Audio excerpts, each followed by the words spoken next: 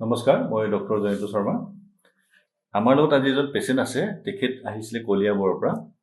আমি দেখা পাইছোঁ যে মানুহৰ এটা বেমাৰ হোৱাটো ডাঙৰ কথা নহয়, যিকোনো সময়ত হ'ব পাৰে।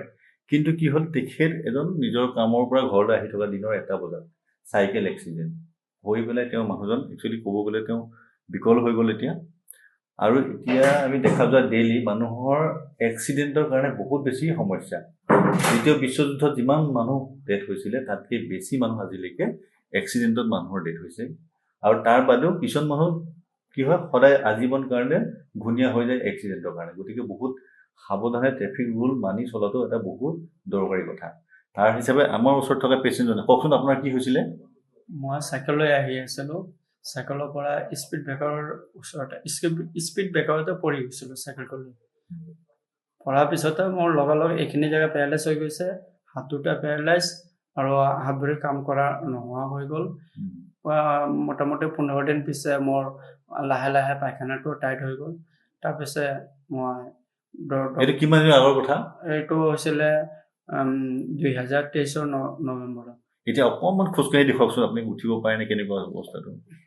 খোজকাঢ়ক অকণমান, জাষ্ট।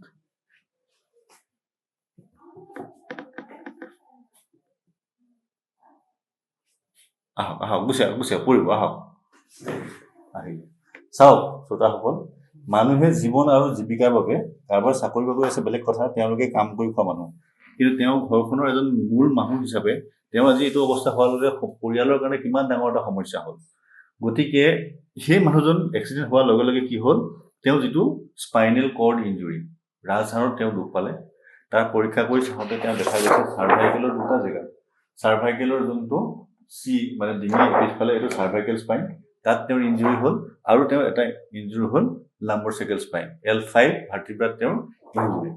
এই দুটা ইঞ্জুৰি হোৱাৰ কাৰণে তেওঁ কি হ'ল, তাৰ পৰা যিটো পেৰিফেৰিয়েল মটৰ নাৰ্ভ ওলাইছিলে, কামখিনি ভালকে হাতখন উঠাব খোজকাঢ়িব পৰা কামখিনি তেওঁ কৰিব পাৰিছিলে, সেই বস্তুটো তেওঁ তাতে কম্প্ৰেছ হোৱাৰ কাৰণে তেওঁ কৰিব নোৱাৰা অৱস্থা হ'ল। আৰু এনেকুৱা এটা পৰ্যায় পালে এইটো প্ৰগ্ৰেছিভ হ'ল, নেক্সট বাঢ়ি গ'ল সমস্যাটো। তেওঁ নেগ্ৰিমছত গৈ পেলাই তাৰ কাৰণে স্পাইনেল অপাৰেশ্যনো কৰিলে। অপাৰেশ্যনটো আজি নকৰাহেঁতেন আপুনি হয়তো কোৱাড্ৰিপ্লেজিয়া বুলি কয়, হাত ভৰি আজি কোনো কাম নহয়, আপুনি সম্পূৰ্ণ বিচনাত থাকিবলগীয়া অৱস্থা এটা হ'লহেঁতেন। গতিকে দৰকাৰী সময়ত দৰকাৰী চাৰ্জিকেল ইণ্টাৰভেনশ্যনটো এটা দৰকাৰী কথা। গতিকে সেইটো লোৱাৰ কাৰণে আজি এইখিনি ঠিক হ'ল। কিন্তু তাৰ পিছত তেওঁ কিছুমান সমস্যা থাকি গ'ল। তেওঁ এতিয়া ভালকৈ খোজকাঢ়িব নোৱাৰে, তেওঁক ছাপোৰ্ট লাগে, তেওঁ নিজৰ কামখিনি কৰিব নোৱাৰে।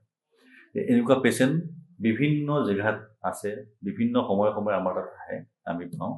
গতিকে ইয়াৰ পিছত তেওঁতো চাৰ্জাৰী এবাৰ কৰা হৈ গ'ল।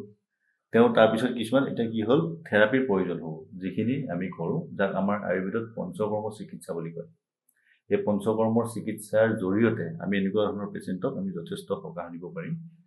আৰু তাৰ ভিতৰত আমাৰ স্পাইনৰ ট্ৰিটমেণ্টৰ কাৰণে আমি তেওঁক প্ৰথমতে অভ্যংগ বুলি কৈছে, আমি মাছাজ, তাৰপিছত আমি গ্ৰীৱাবস্তি, কাটিবস্তি ট্ৰিটমেণ্ট দিছোঁ। আৰু লগত শুনিবলৈ আচৰিত হ'ব, যিটো এনেমা ট্ৰিটমেণ্ট, এটা এনেমা জাতীয় মেডিচিন, যোনটো বস্তি চিকিৎসা বুলি কয়।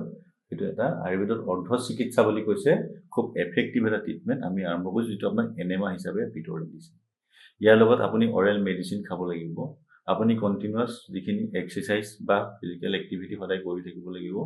আৰু লগত মেডিচিন আৰু এই থেৰাপিখিনি কৰি লাহে লাহে আপোনাৰ ইম্প্ৰুভমেণ্টখিনি আহি থাকিব। আমি আশা কৰিছোঁ আপুনি সুস্থ হৈ ভালকৈ ঘৰলৈ যাব। ঠিক আছে, ধন্যবাদ।